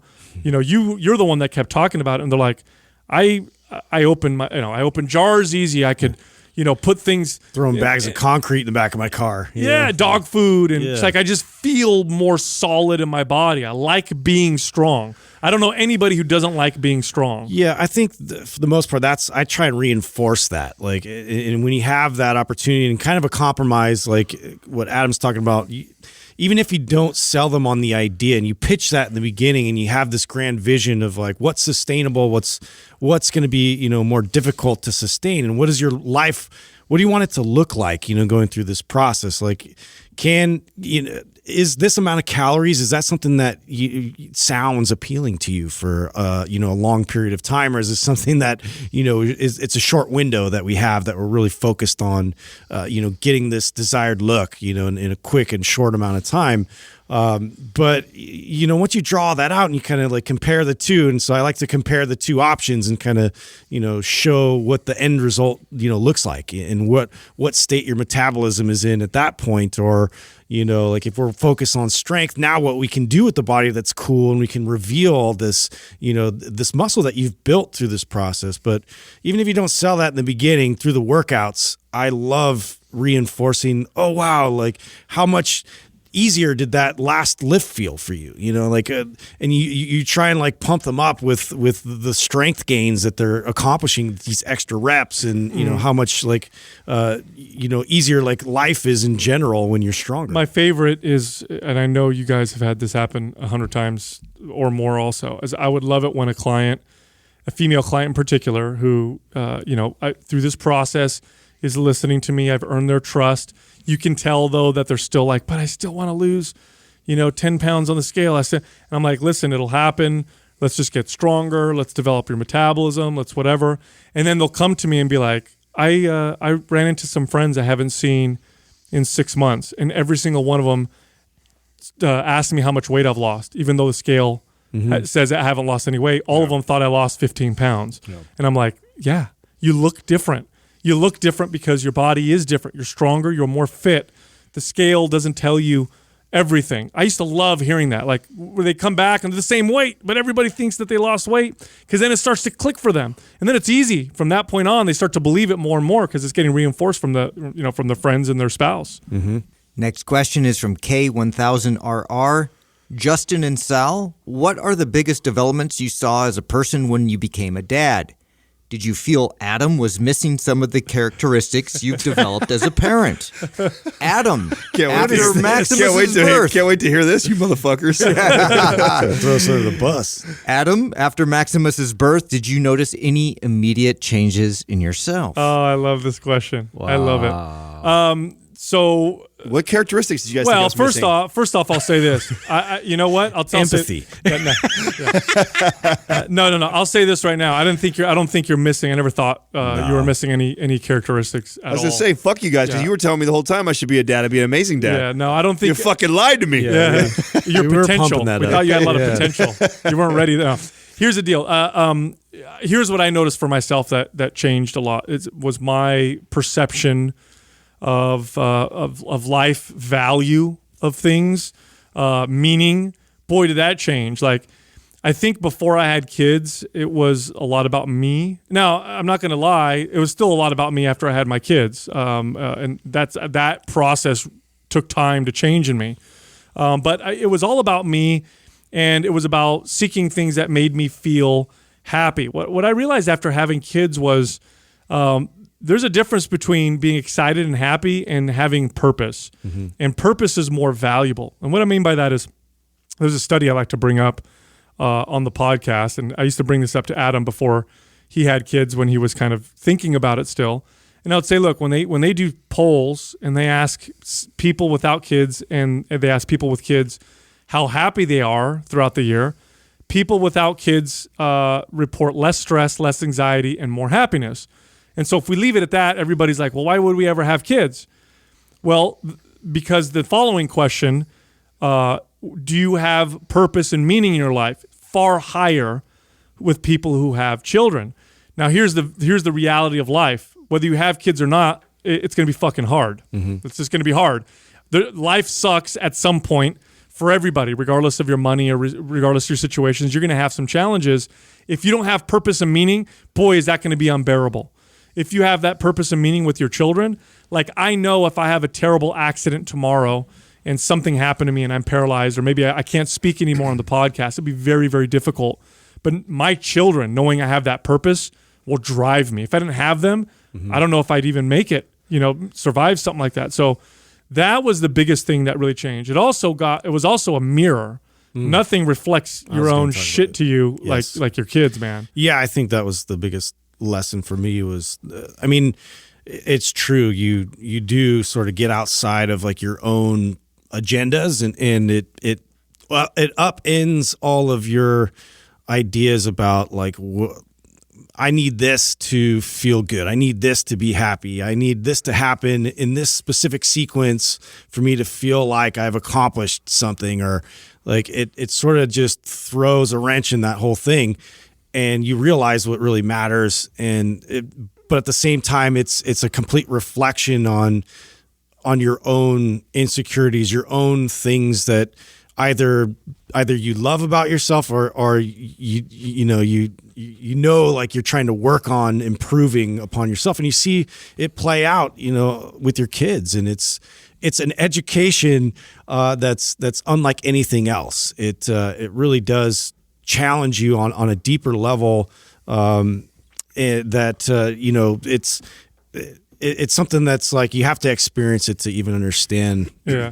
It's funny. It's like if you're, let's say you grew up and you were really shy and you became super insecure about that, and then you're trying to work through it as an adult, and maybe you're better, and then you have a kid, the odds that they're going to be shy and have that are actually quite high. So you relive some of these situations and issues. It's a reflection. My kids can be total smartasses.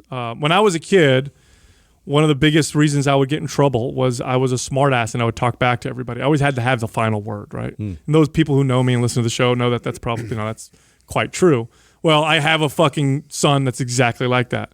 He loves to correct people and loves to sound like a smartass. And so I get to hear firsthand how annoying that can be. And so it's that mirror that reflects things to you. It's really cool. And you have to like drop your ego. Oh, ego. Let me tell you, man.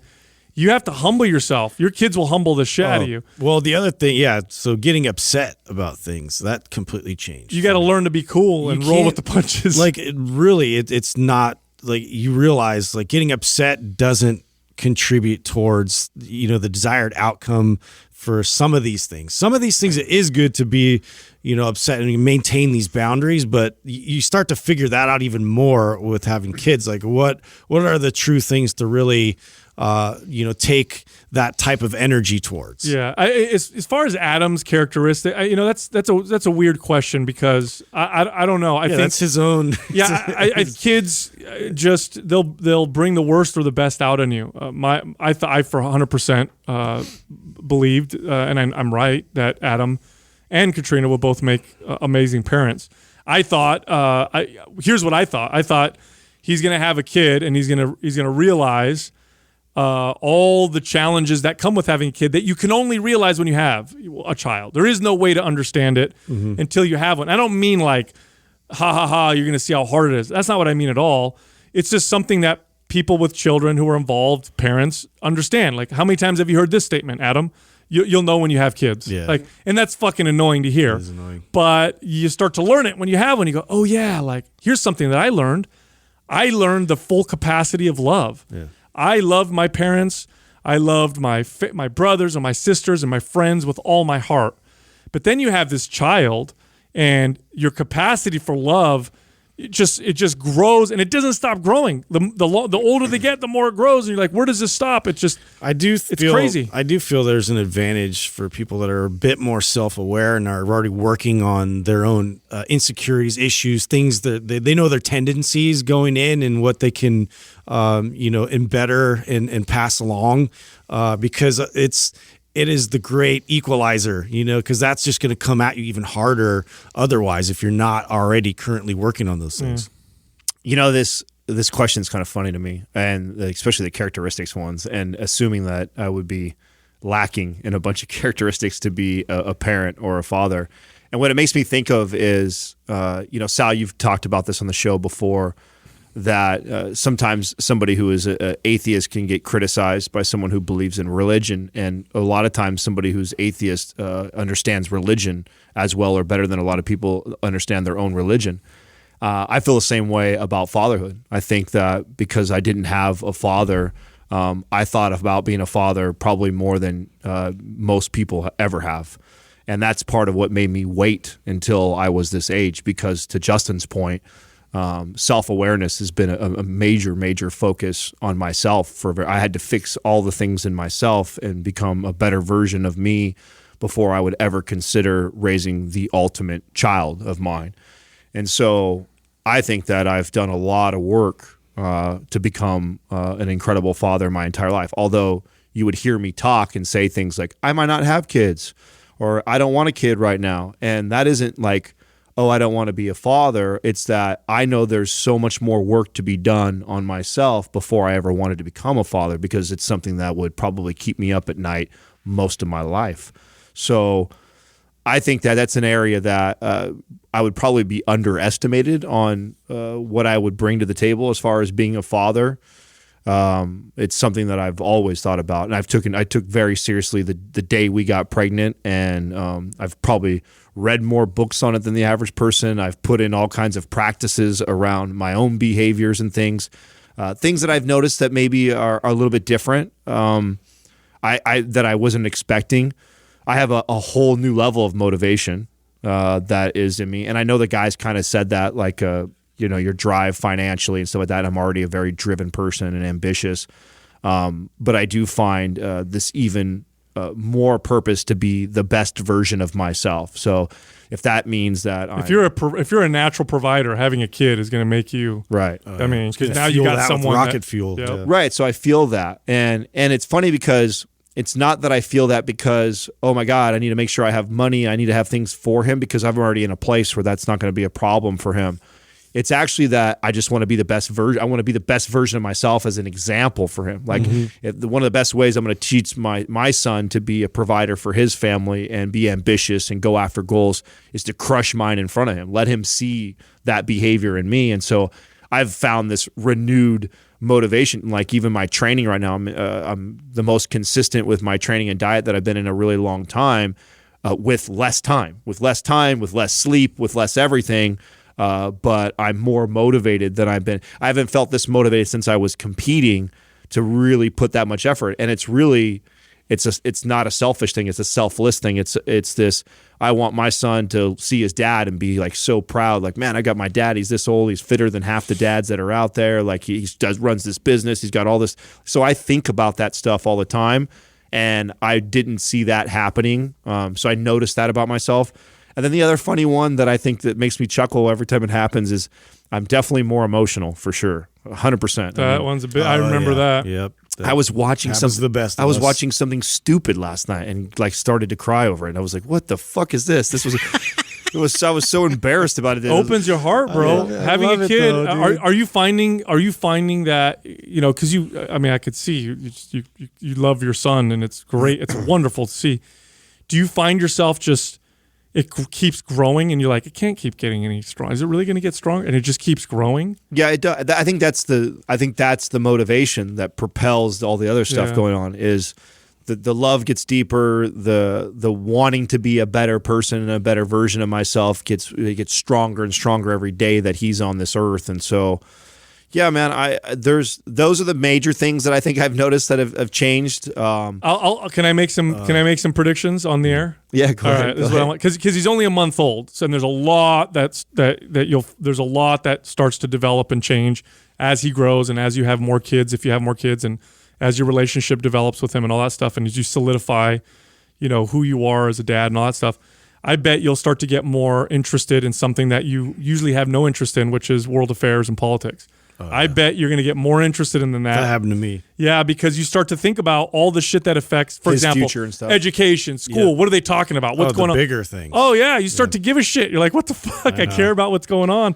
I predict that'll start to happen. No, it's true. You know what I noticed too was I could totally identify and see like adults that got fixed in a certain like developmental phase. Like you could see like some of the stuff that they have never worked on, and you look at them as a little kid. Like you're like, oh wow, like it's very interesting to like you could see how little kids like become adults and like what happens like based off of whatever variables. Well, it's more apparent. I've shared that with you as a skill set that I've had my whole life. I still to this day have that. Like it's what gave me the confidence to interview some of the people that we've interviewed when we first started this thing, when you would think that you'd be really nervous, but I have this ability, and it probably being the oldest of 5 and raising 2 young kids, I think I picked that trait up early on because I can sit in a room with somebody and I don't care how powerful, how smart, how talented you are, I can immediately see you at 12. Right. And I could just unpack like all your shit, like just by talking to you for 20, 30 minutes.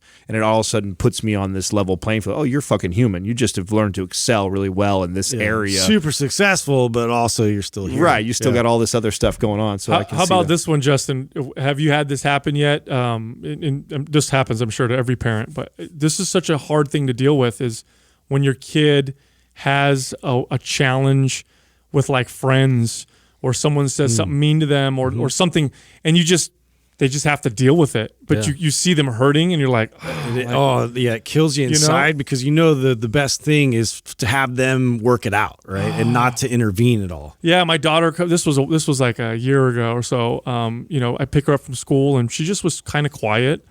And as a parent, your kids. You just know how they feel or what they're thinking. You might not know exactly what's going on, but you can tell when something's off. I mean, my mom used to be able to do that with me. She'd be like, what's wrong? Tell me. And I'd be like, fuck, how does she know? And she was just kind of quiet. She wasn't herself. And I'm like, what's the matter? What's the matter? And over and over and over again. And finally, I gave her some time. And then I, entered into the conversation again. And she's like, well, today, at school, we were all playing. And then so-and-so, one of her best friends, said she didn't want to be my friend anymore. And then the other girl that was with her said, yeah, she didn't want to be my friend anymore either. And so then I was alone. And I'm just like, fuck. And my dude was like, it's like second grade, This is what kids do all the time, especially little girls. They do this shit to each other. And I was just like, fuck.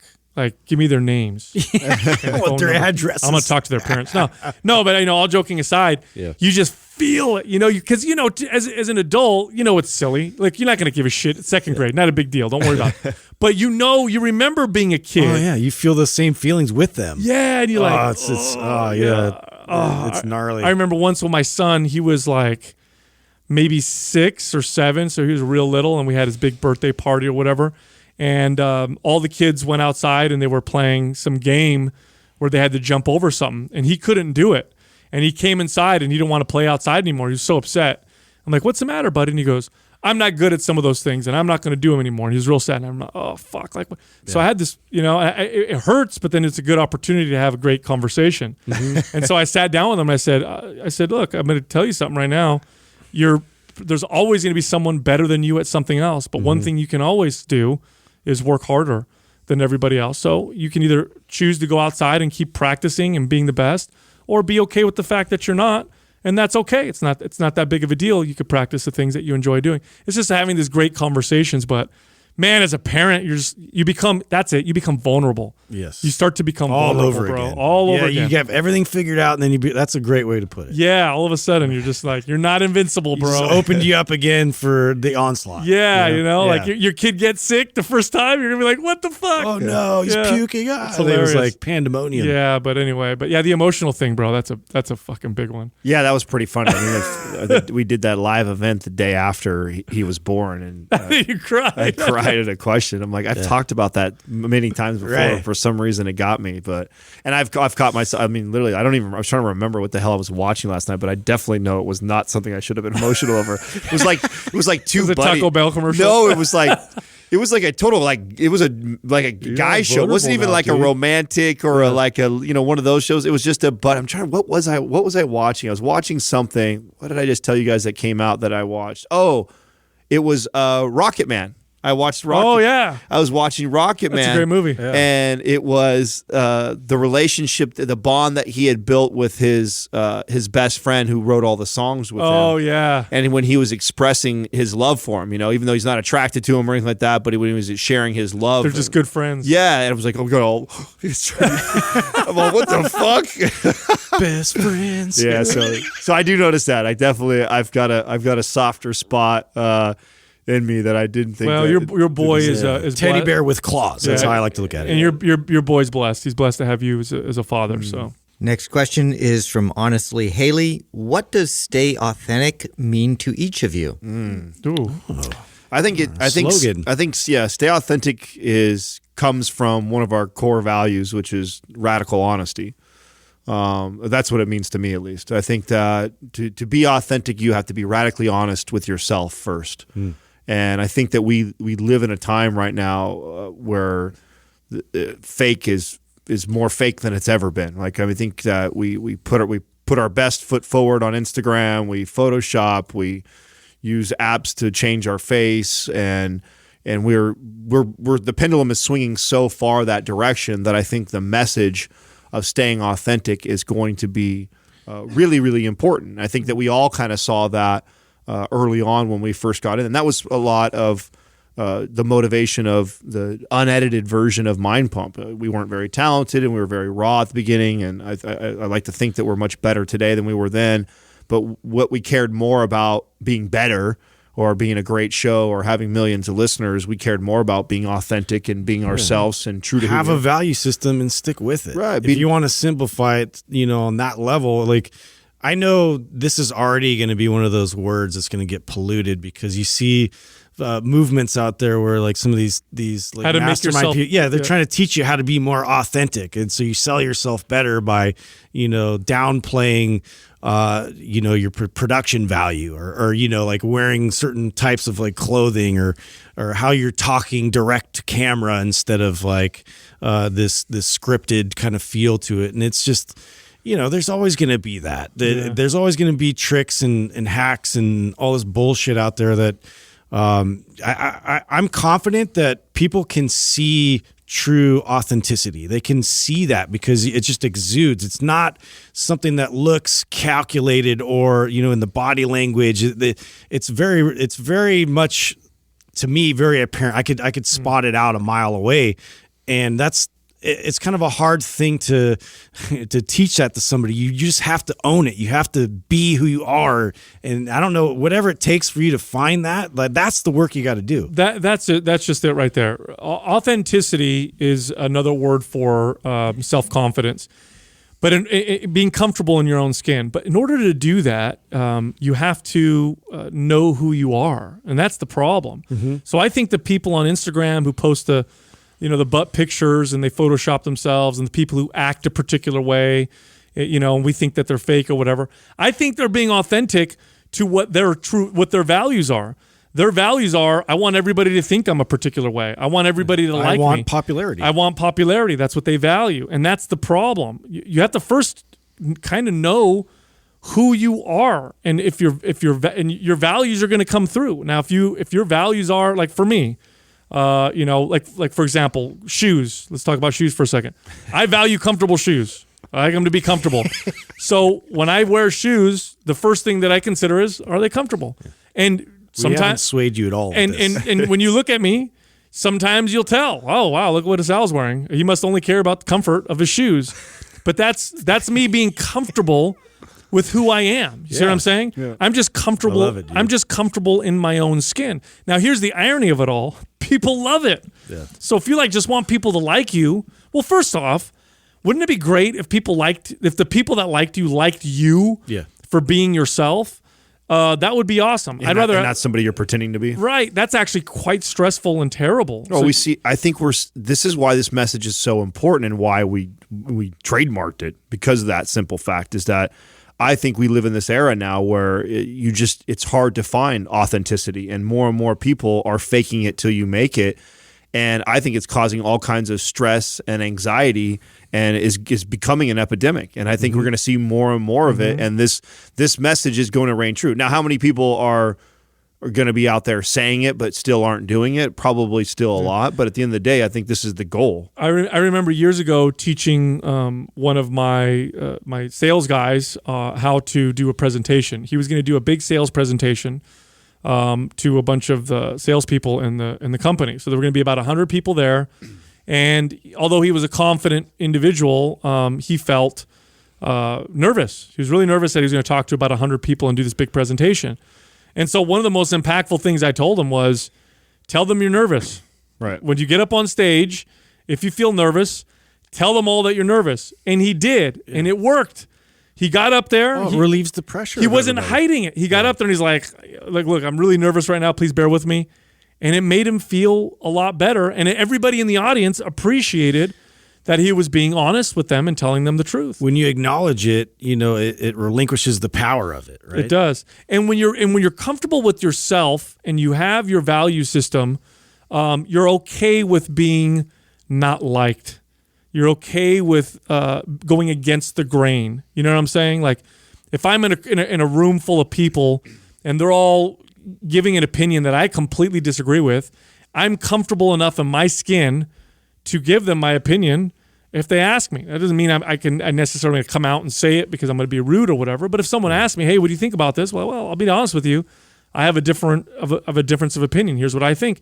And I'm comfortable enough with myself and confident enough with myself where it won't shatter my belief in myself if other people don't necessarily agree with me.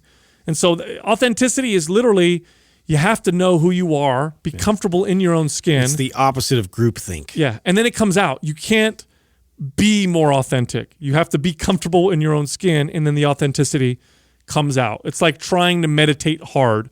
It doesn't work that way. If I sit here and meditate hard, I'm not going to meditate. No, that's why it's derived from radical honesty. Like, you have to first be radically honest with yourself. Like, you have to be true to yourself that this is this is what I believe, this is what I stand for, this is what I care about, and I don't care if. But radical honesty with yourself more than anything, exactly, right? Yeah, that's exactly what I said. Yeah. Radical honesty with yourself. You got to be okay with the fact that you're okay, that you don't give a shit what your shoes look like, that you care 100% that how they feel, and sticking to that. Like, it's not something that you can teach somebody. It's something that you first have to fix inside yourself. And then the stay authentic or the authenticity will bleed out. It is, and I'll tell you something. One friend that is a true friend that knows the real you is worth more than 1 billion fake people who like the fake version of you. That's a fact, 100%. And here's again more irony. You ready? The one that's going to give you more business success is the real authentic people that really like you for who you are. That's the truth. And you talk about conversion rates and how much you can sell and whatever. Being comfortable in your own skin and being who you are, you're just going to be far more successful than the fakeness. The fake stuff typically doesn't work, and if it does work, that's a trap that you'll be in for a long time, and it's torturous. And you see it all the time with celebrities and people who are miserable being something that they're not. Mm-hmm. And with that, go to mindpumpfree.com and download our guides. They're all absolutely free. You can also find all of us on Instagram. You can find me at MindPumpSal, Adam at MindPumpAdam, and Justin at MindPumpJustin. Thank you for listening to Mind Pump. If your goal is to build and shape your body, dramatically improve your health and energy, and maximize your overall performance, check out our discounted RGB Super Bundle at mindpumpmedia.com. The RGB Super Bundle includes MAPS Anabolic, MAPS Performance, and MAPS Aesthetic. 9 months of phased expert exercise programming designed by Sal, Adam, and Justin to systematically transform the way your body looks, feels, and performs. With detailed workout blueprints and over 200 videos, the RGB Super Bundle is like having Sal, Adam, and Justin as your own personal trainers, but at a fraction of the price. The RGB Super Bundle has a full 30-day money-back guarantee, and you can get it now plus other valuable free resources at mindpumpmedia.com. If you enjoy this show, please share the love by leaving us a 5-star rating and review on iTunes and by introducing Mind Pump to your friends and family. We thank you for your support, and until next time, this is Mind Pump.